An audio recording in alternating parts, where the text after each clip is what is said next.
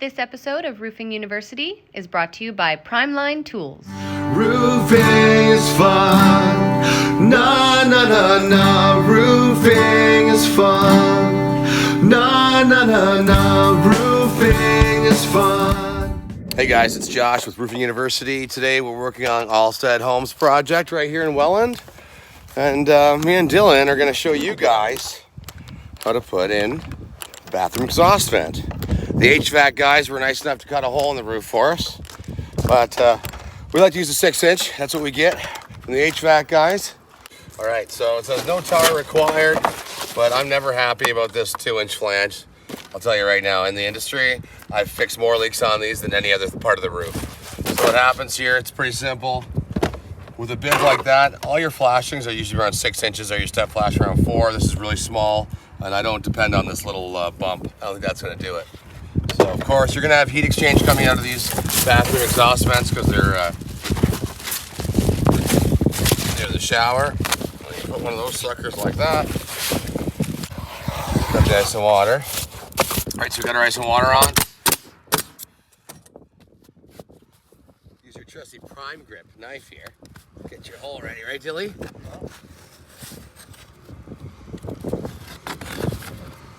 There. We're gonna put another shingle in right here. Cut this fucker out like this.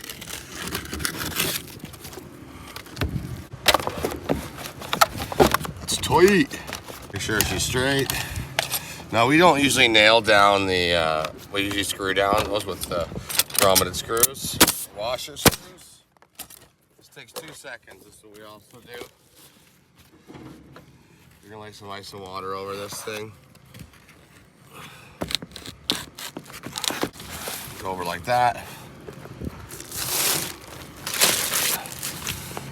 And you see how it says use no tar or cement, but to be honest with you, this company here probably doesn't go and repair too many leaky roofs. So I'll tell you right now, I've probably fixed in my career 300-400 of these have had leaks on them.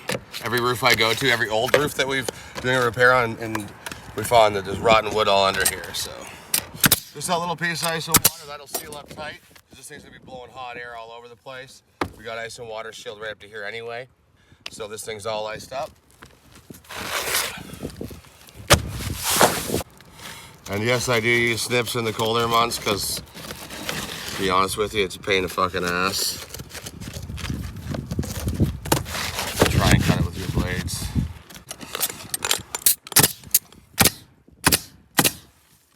So we have it all done there. So some people even put a bead of caulking around the back. Like I said, that's a pretty abrupt stop for water, and it's only got a 2-inch pan on the back. So it's common sense to either ice and water it or caulk it or both. So there's a little lesson. Till next time.